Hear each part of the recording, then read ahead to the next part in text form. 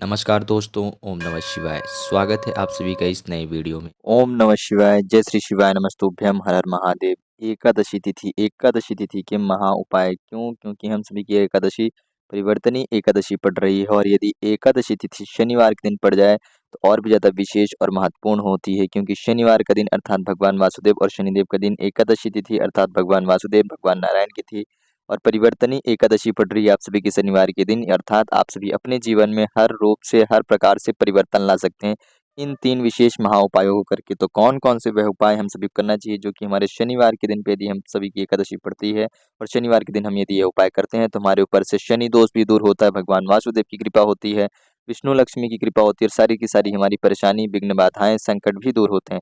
तो कैसे करेंगे, किस क्रिया अनुसार करेंगे, संपूर्ण विधि, संपूर्ण जानकारी जानेंगे। एकादशी तिथि के छोटे से उपाय यदि शनिवार के दिन हो तो भी हम सभी इस उपाय को कर सकते हैं और साथ ही साथ एकादशी पड़ रही हो शनिवार को या फिर केवल एकादशी हो तो इस उपाय करना चाहिए। और अभी परिवर्तनीय एकादशी है तो ज़रूर करेंगे। तो संपूर्ण जानकारी चलिए जानते हैं और समझते हैं पूज्य गुरुदेव जी की ही अनुकंपा और कृपा से कि हम सभी को ये उपाय कैसे करने हैं और किस क्रिया अनुसार करने हैं। लेकिन प्लीज़ उससे पहले वीडियो को लाइक ज़रूर करिएगा और यदि आप चैनल पर नए हैं या फिर मेरी आवाज़ पहली बार सुन रहे हैं तो चैनल को सब्सक्राइब अवश्य रूप से करें और कमेंट बॉक्स में हर हर महादेव ज़रूर लिखें।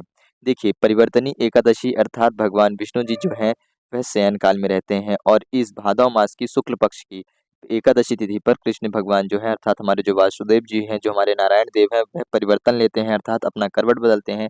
जिस वजह से हम यदि उनकी सेवा अर्चना करते हैं, उनको प्रसन्न करते हैं, उनकी पूजा अर्चना करते हैं, तो हमारे जीवन में धन धान्य की माता लक्ष्मी जी की अनुकंपा कृपा होती है। और साथ ही साथ वहीं हमारे जीवन में भगवान वासुदेव जी की कृपा से हमारे जीवन में भी परिवर्तन आता है, हमारे दुर्भाग्य में परिवर्तन आता है, सौभाग्य में की प्राप्ति होती है।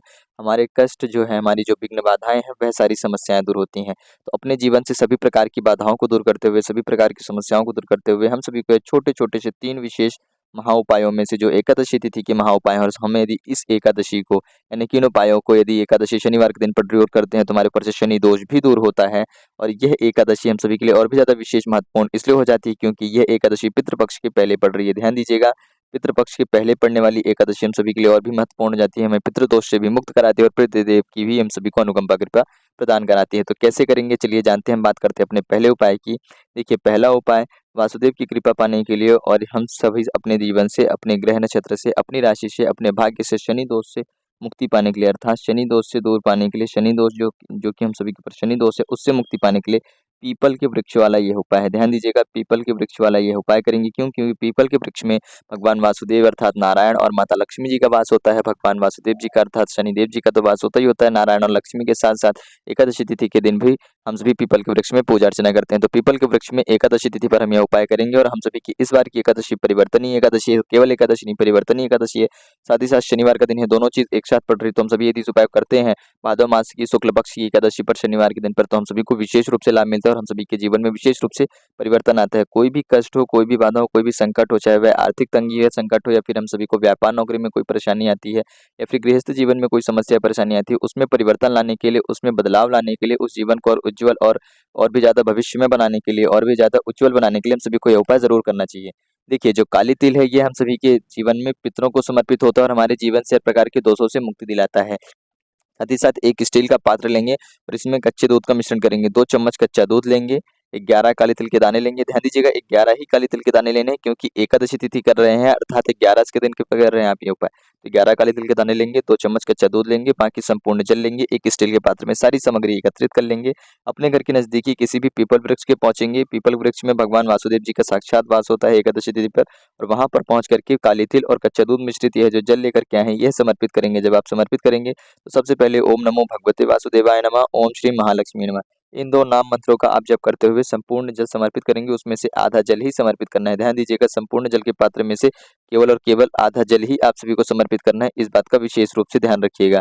जब आपने पीपल के वृक्ष में आधा जल समर्पित कर दिया है, ओम नमो भगवते वासुदेवाय नमः, ओम श्री महालक्ष्मी नमः का जाप करते हुए काली तिल और कच्चे दूध मिश्रित जल, देखिए काली तिल समर्पित कर रहे हैं तो आपसे पितृ दोषों से दूर कराएगा। साथ ही साथ आपके जीवन से शनि दोष से मुक्ति दिलाएगा और आपके जीवन में आ रही कष्ट बाधाओं को भी परिवर्तित करेगा, आर्थिक तंगी को परिवर्तित करेगा। और इस प्रकार से हम सभी ने आधा लोटा शुद्ध जल समर्पित कर दिया भगवान वासुदेव जी को याद करते हुए, तो हमारे जीवन में भगवान वासुदेव जी की कृपा होगी, वास होगा, परिवर्तन आएगा।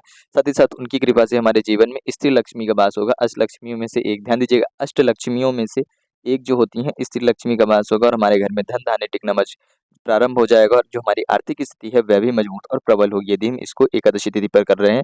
इस उपाय को हम सुबह से लेकर के शाम तक में कभी भी कर सकते हैं। बात करें बचे हुए शेष आधे लोटे जल की, तो वह बचा हुआ शेष आधा लोटा जल लेकर के जाएंगे हम भगवान शिव जी के शिवलिंग पर, अर्थात भगवान शनि देव के जो गुरु हैं, शनि देव के गुरु भगवान शिव जी माने जाते हैं। और शिव जी के शिवलिंग पर हम शनिवार के दिन पर, यदि कहें तो एकादशी तिथि पर यदि हम जल समर्पित करते हैं, तो एकादशी पर करते हैं तो हमारे ऊपर से हर प्रकार के पितृदोष से हम सभी को मुक्ति मिलती है। और यदि हम शनिवार के दिन करते हैं तो शनि दोषों से हमें मुक्ति मिलती है। यदि शिव जी की शिवलिंग के ऊपर हम काली तिल मिश्रित और कच्चे दूध मिश्रित जल समर्पित करते हैं, वहां पर हम भगवान वासुदेव जी का नाम ले सकते हैं। साथ ही साथ शनिवार का दिन है और एकादशी तिथि है, तो शनिश्चर महादेव जी का नाम लेंगे। क्या नाम लेंगे, ध्यान दीजिएगा, शनिश्चर महादेव जी का नाम लेंगे और हम उस दिन पर जल समर्पित कर सकते हैं। यानी कि भगवान शिव जी के शिवलिंग के ऊपर जल समर्पित करेंगे शनिश्चर महादेव जी का नाम लेते हुए, बचा हुआ शेष आधा लोटा जल, और अपने जीवन में हर प्रकार की कष्ट विघ्न बाधाओं को समाप्ति करते हुए और भगवान वासुदेव जी को याद करेंगे कि हमारे जीवन में हर प्रकार से पूर्ण रूप से परिवर्तन लाते हुए, हमारे भी जीवन को, हमारे भाग्य को बदलते हुए हमें सौभाग्यमय की प्राप्ति कराएं, ऐश्वर्य कीर्ति दिलाएं, सुख शांति समृद्धि दिलाएं और जो कष्ट विघ्न बाधाएं हैं उनको दूर करें। इस प्रकार से हम सभी को पहला उपाय अवश्य रूप से करना चाहिए। कोई सी भी एकादशी को कर सकते हैं, एकादशी शनिवार के दिन पड़ रही हो तो कर सकते हैं, शनिवार के दिन कर सकते हैं। और अभी तो सबसे ज्यादा विशेष महत्वपूर्ण इसलिए है क्योंकि भादव मास की परिवर्तनीय एकादशी पड़ रही है। ध्यान दीजिएगा, भादव मास की परिवर्तनीय एकादशी पड़ रही है शनिवार के दिन, तो ये तीनों चीजें एक साथ पड़ रही है, तो जरूर करिएगा इस उपाय को। बात करते हैं हम अपने अगले और दूसरे उपाय की, तो देखिए यह जो उपाय है हमारी विशेष रूप से कोई भी इच्छा मनोकामना हो या कोई भी कार्य है उसको परिपूर्ण करने के लिए, ऐसा कोई भी काम या कोई भी कार्य जिसको हम परिपूर्ण करना चाहते हैं, तो उसके लिए हम इस उपाय को कर सकते हैं एकादशी पर। और यदि उस काम में कोई बाधा या विघ्न परेशानी या अड़चन आ रही है परिपूर्ण करने में, तो हम सभी उस बाधा को, उस कष्ट को, उस परेशानी को दूर करने के लिए भी प्रार्थना अर्चना कर सकते हैं। क्योंकि शनिवार का दिन है, तो क्या करेंगे, एक तांबे के लोटे में एक लोटा शुद्ध जल तैयार करेंगे, एक बेलपत्री तैयार करेंगे जो कि कहीं से भी कटी-फिटी या खंडित ना हो, और यह एक लोटा शुद्ध जल आप सभी को अपने घर से ही भर कर के ले जाना है। इस बात का विशेष रूप से ध्यान दीजिएगा। यह जो जल लेकर के जाएँगे, आप अपने घर से लेकर के जाएँगे, मंदिर में मिल रहे हैं या फिर बाहर से कहीं से अन्य से स्थानों से जहाँ पर उपलब्ध हो, वहाँ के जल का प्रयोग नहीं करना है। जैसे ही आप भगवान शिव जी के मंदिर पहुँचते हैं, तो यदि आपके पास बेलपत्री नहीं है, तो आप शिव जी की शिवलिंग पर चढ़ी हुई बेलपत्री का लेकर के प्रयोग कर सकते हैं। वहाँ पर से चढ़ी हुई बेलपत्री को लेंगे, शुद्ध जल से साफ करेंगे और उसका प्रयोग कर लेंगे। इस बात का विशेष रूप से ध्यान रखिएगा। मंदिर पर पहुंच गए, सबसे पहले आप जैसे ही भगवान शिव जी के मंदिर पहुंच रहे हैं, एकादशी तिथि हो या फिर शनिवार का दिन हो, वैसे तो आप सभी को यह उपाय विशेष रूप से एकादशी तिथि पर ही करना चाहिए, परंतु यदि आपकी कोई विशेष ऐसा कार्य जिसको आप जल्द से जल्द परिपूर्ण करना चाह रहे हैं और आप इस वीडियो को अभी नहीं देख रहे हैं, बाद में कभी देख रहे हैं, तो आप इस उपाय को शनिवार के दिन भी कर सकते हैं, अपने किसी भी कार्य में आने वाली विघ्न बाधाओं, कष्ट परेशानियों को दूर करने के लिए भगवान शिव जी से प्रार्थना अर्चना करते हुए। ठीक, सबसे पहले क्या करिएगा, ध्यान दीजिए, जो आपके पास बेलपत्री है उस बेलपत्री को भगवान शिव जी के समक्ष खड़े होकर के बेलपत्री समर्पित करेंगे माता शोक सुंदरी वाले स्थान पे, जैसा कि अभी आप यहाँ पर देख रहे हो। और जैसे ही माता शोक सुंदरी वाले स्थान पर बेलपत्री को समर्पित करते हैं, तो अपने सीधे हाथ की पांचों उंगलियां आपको इस बेलपत्री में स्पर्श करते हुए आपके कार्य जो भी है, आपके जो कार्य है, आपकी जो मनोकामना है, आपकी जो प्रार्थना है, उसके लिए आपको प्रार्थना अर्चना करनी। देखिए, इस उपाय को छोटे बच्चे भी कर सकते हैं, छोटे बच्चे हैं, बड़े बच्चे कर सकते हैं, जो व्यापार में हो या शिक्षा के क्षेत्र में हो, नौकरी में हो, जो पढ़ाई लिखाई कॉम्पिटेटिव एग्जाम की तैयारी कर रहे हो, या फिर गृहस्थ जीवन वाले व्यक्ति हों, या फिर व्यापार नौकरी वाले व्यक्ति हों, या फिर माताएं बहनें हों, या फिर कुमारी कन्याएं जो हैं, अपने विवाह से संबंधित कोई इच्छाएं मनोकामनाएं हैं, या फिर ऐसी कोई आप सभी की इच्छा मनोकामना है कि आप नया घर या नया गाड़ी लेना चाह रहे हैं, कोई विशेष कार्य है जिसको आप परिपूर्ण करना चाह रहे हैं, कोर्ट कचहरी से संबंधित या जमीन जगह जायदाद से संबंधित कोई कार्य है उसको परिपूर्ण करना चाह रहे हैं, उसमें कोई बाधा आ रही है, तो उसके लिए आप प्रार्थना अर्चना कर सकते हैं। तो अपनी इच्छा मनोकामना कहते हुए आप यहाँ पर प्रार्थना अर्चना करेंगे बेलपत्री के ऊपर हाथ रखते हुए, जो कि माता सुख सुंदर के स्थान पर है। और पत्री कैसे समर्पित करना है, ध्यान दीजिएगा, डंडी शिव जी की तरफ रहनी चाहिए और पत्ती जलाधारी के अंतिम छोर तरफ रहेगी, जैसा कि भी आप चित्र में देख रहे हो, इस वीडियो में देख करके समझ पा रहे हैं। समर्पित कर दी, अपनी प्रार्थना अर्चना करी। अब इसी बेलपत्री को वहां से उठाते हुए भगवान शिव जी के शिवलिंग के ऊपर समर्पित करेंगे और पुनः से प्रार्थना अर्चना करेंगे। यहाँ पर आप खड़े हैं तो ध्यान दीजिएगा कि आपका मुख सदैव, जैसा कि हमेशा बताया जाता है, उत्तर दिशा की तरफ ही रहना चाहिए। इस बात का अवश्य रूप से ध्यान रखिएगा और पुनः से हथेली रख करके आपको प्रार्थना अर्चना करनी है। अपने जीवन से, अपने उस कार्य से विघ्न बाधाएं, कष्ट परेशानी को दूर करते हुए, परिवर्तित करते हुए प्रार्थना अर्चना करेंगे। और बेलपत्री अब आपकी तरफ रहेगी, पत्ती का मुख आपकी तरफ रहेगा, डंडा आपके विपरीत रहेगा, जैसे कि यहाँ पर पत्ती आपको समर्पित दिख रही है, ठीक इसी क्रिया अनुसार आपको समर्पित करनी है। ऊपर वाला हिस्सा, चिकना वाला हिस्सा, इसका कोई नियम नहीं है। बेलपत्री समर्पित कर दी, प्रार्थना अर्चना कर ली। अब जो आप सभी के पास ये एक लोटा शुद्ध जल है, यह लोटा जल आप सभी को समर्पित करना है। यहाँ पर ध्यान दीजिएगा कि यहाँ पर आप सभी को 7 बार जल समर्पित करना है। या तो 7 लोटा जल लेकर के जाएं, या किसी बाल्टी में जल लेकर के जाएं और उसमें से 7 बार निकाल करके जल समर्पित करें, या फिर एक ही पात्र से, यानी कि इसी एक लोटे शुद्ध जल से आप सभी को एक ही लोटे से 7 बार जल समर्पित करेंगे। कैसे, रुक रुक करके जल समर्पित करिएगा। कुंदकेश्वर महादेव जी का नाम लेकर के समर्पित करिएगा जल। क्या नाम लेंगे, ध्यान दीजिए, पुनः से बोल रहा हूँ, कुंदकेश्वर महादेव जी का नाम लेकर के जल समर्पित करिएगा। देखिए, बेलपत्री जो है भगवान शिव जी को अत्यंत प्रिय है और बहुत ही ज्यादा उनको सुख और शांति और शीतलता प्रदान करती है, जिससे कि आपके ऊपर शिव जी प्रसन्न होकर के आपके जीवन में सुख शांति समृद्धि लाते हैं। और जब आप उनको जल समर्पित करते हैं बेलपत्री पर, अपनी इच्छा मनोकामना कहते हुए, कुंदकेश्वर महादेव जी का नाम लेते हुए, तो शांति आपकी उस कार्य में भी आती है, उस क्रिया में भी आती है, जिस काम और जिस क्रिया को, जिस मनोकामना से संबंधित आपने यह उपाय करा है, यह आपने विधि करी है और उसमें जो भी बाधाएं आ रही थी वह बाधाएं दूर होती हैं और वह कार्य आपका शीतलता और शांति के साथ साथ परिपूर्ण होना प्रारंभ हो जाता है यदि आप इस उपाय को शनिवार के दिन या फिर एकादशी तिथि के दिन करते हैं। परंतु अभी ध्यान दीजिएगा कि आपकी जो शनिवार का दिन है और एकादशी दोनों एक साथ है, तो आप इस उपाय को जरूर करिएगा। इस उपाय को आप सुबह से लेकर के संध्या तक में कभी भी कर सकते हो, किसी भी दिन पे, शनिवार हो या एकादशी हो। और अभी जो शनिवार की एकादशी बढ़ रही है, इस दिन तो सुबह से शाम तक कभी भी कर सकते हैं। आपके उस कार्य में, उस विधि में, उस मनोकामना में जो भी समस्या अड़चन थी, अभी तक जिस गतिशीलता से वह चल रहा था, उसमें अवश्य रूप से आप सभी को परिवर्तन देखने के लिए मिलेगा। बात करते हैं अपने अगले अंतिम और तीसरे उपाय की। 7 बार जल समर्पित करना था, इस बात का विशेष ध्यान दीजिएगा। कुंदकेश्वर महादेव जी वाला 7 बार रुक रुक करके जल समर्पित करना है। थोड़ा जल समर्पित करा, कुंदकेश्वर महादेव जी का नाम बोला, फिर रुके, फिर जल समर्पित करा, फिर नाम बोला, फिर रुके। इस प्रकार से 7 बार जल समर्पित करना है, इस बात का विशेष ध्यान रखें। बात करते हैं अपने अगले अंतिम तीसरे विशेष उपाय की। देखिए, यह उपाय बहुत ही ज़्यादा विशेष होता है। यह उपाय उन लोगों को करना चाहिए जिनके जीवन में बहुत ज़्यादा आर्थिक तंगी चल रही है, आर्थिक समस्याएँ चल रही हैं, धन की समस्याएँ चल रही हैं, या फिर हम कहें सीधी और सरल भाषा में तो कर्ज की समस्याएँ चल रही हैं, जो कि कर्ज हम सभी को, या तो हमने कहीं से कर्ज ले रखा है, किसी व्यक्ति से हमने कर्ज ले रखा है और हम अपना कर्ज नहीं चुका पा रहे हैं, चाहे वह बैंक का हो या चाहे किसी व्यक्ति विशेष का हो, या फिर उसका जो ब्याज है वह ही नहीं पूर्ण कर पा रहे हैं, हम केवल ब्याज ही नहीं दे पा रहे हैं, लोन की तो बात दूर है। या फिर हम कहें तो हमने स्वयं किसी व्यक्ति को, दूसरे व्यक्ति को कर्ज दे रखा है और हमारा ही पैसा हमें वापस नहीं मिल रहा है, तो हम सभी को तंगी है। अर्थात देखा जाए तो मोटा-मोटा रूप से तो धन की ही तंगी है, यानी कि आर्थिक स्थिति ही हम सभी की कमज़ोर चल रही है, जिसमें कोई न कोई परेशानी रही। तो ये उपाय करना चाहिए। यह उपाय हम सभी को विशेष रूप से वैसे तो शनिवार के दिन करना चाहिए, परंतु हम एकादशी को करते हैं तो और भी अच्छी बात है। और अभी जो हम सभी का शनिवार का दिन है, इस दिन एकादशी तिथि पड़ रही है, तो और भी ज़्यादा हम सभी के लिए विशेष रूप से लाभदायक रहेगा। क्या करेंगे? 7 लौंग, 7 काली मिर्च, 7 काली तिल, 1 से 2 चम्मच शहद। ध्यान दीजिएगा, 7 लौंग, 7 काली मिर्च, 7 काली तिल और 1 से 2 चम्मच शहद। देखिए, इस उपाय का जो शास्त्रों में एक विशेष नियम है, इसका एक विशेष लाभ है, हम समझते हैं। देखिए, लौंग जो है आपके हर प्रकार की कष्ट, विघ्न, बाधाओं को दूर करने की क्षमता रखता है। काली तिल जो है, माफ करिएगा, काली मिर्च जो है, यह जो आपके जीवन में किसी भी प्रकार से जो काल सर्प दोष है, जो कि किसी भी प्रकार की विघ्न, बाधा या परेशानियों को उत्पन्न करने की क्षमता रखता है, उसको दूर करता है। आपके जीवन में जो भी काल सर्प दोष से जुड़े हुए दोष हैं, जो कि ऐसी कोई भी परेशानी, जो भी आपकी, मतलब आपकी किसी भी कार्य में ऐसी कोई ना कोई परेशानी, विघ्न, बाधा खड़ी करने में या समर्पित करने में या सामने लाने में आपकी कहीं न कहीं कारण बनते हैं काल सर्प दोष, तो उसको दूर करता है यदि काली मिर्च आप समर्पित करते हैं। काली तिल समर्पित करते हैं, तो यह आपके जीवन से पितृ दोष से चल रही समस्याओं को, यानी कि पितृ दोष की जो आपके ऊपर गुस्सा है, जो चिड़चिड़ापन है, यानी कि पितृ दोष का जो आपके ऊपर कलेश चल रहा है, पितृ दोष की जो आपके ऊपर साया चल रहा है, पितृ दोष की जो आपके ऊपर बुरा समय चल रहा है, वह पितृ दोष दूर होता है, जिस वजह से आपको कहीं न कहीं अपने जीवन में आर्थिक तंगी देखने की मिलती है, वह दूर होती है। और जो भी अन्य कोई विघ्न, बाधा या परेशानी हमारे जीवन में उत्पन्न हो जाती है, जब भी हम किसी कार्य को करना प्रारंभ करते हैं छोटी-छोटी गलतियों से, तो उसको दूर करने में सहायता करने में लौंग हमारी सहायता करता है और हमारी आर्थिक स्थिति को मजबूत करने में, धन की कृपा करने में सहायता करता है, क्योंकि लौंग भगवान बजरंगबली को भी अत्यंत प्रिय है। और मंगल दोष यदि किसी व्यक्ति के ऊपर चल रहा हो, तो धन की कहीं न कहीं समस्या रहती है। कर्ज का दोष हो, अर्थात मंगल दोष तो रहता ही रहता है।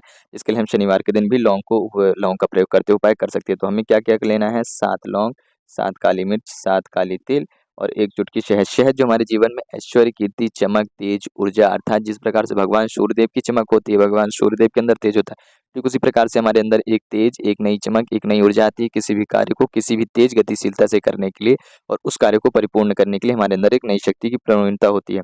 तो हम क्या करेंगे? इन चारों सामग्रियों को आपस में मिश्रित करेंगे। ध्यान दीजिएगा, 7 लौंग, फूल वाली, 7 काली मिर्च, 7 काली तिल और शहद, इन चारों चीज़ों का अच्छे से मिश्रण करेंगे। किसी भी एक पात्र में कटोरी वगैरह में मिला लेंगे और मिला लेने के बाद भगवान शिव जी के मंदिर में समर्पित करेंगे। इस उपाय को वैसे सुबह से शाम तक कर सकते हैं, परंतु यदि प्रदोष काल में करते हैं तो और भी ज़्यादा विशेष महत्वपूर्ण हो जाता है यह उपाय।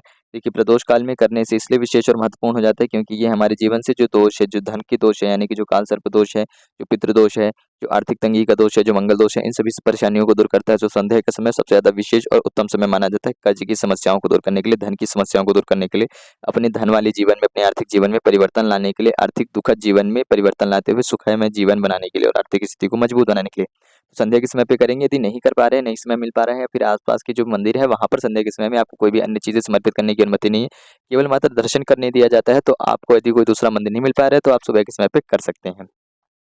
ध्यान दीजिएगा जो सारी चीज़ें आपने समर्पित करी है एक साथ मिश्रण करके भगवान शिव जी के शिवलिंग के ऊपर, तो आपको अवधूतेश्वर महादेव जी का नाम लेकर के समर्पित करना है। क्या करना है? अवधूतेश्वर महादेव जी का नाम लेकर के आप समर्पित करेंगे, संपूर्ण रूप से समर्पित कर दीजिएगा।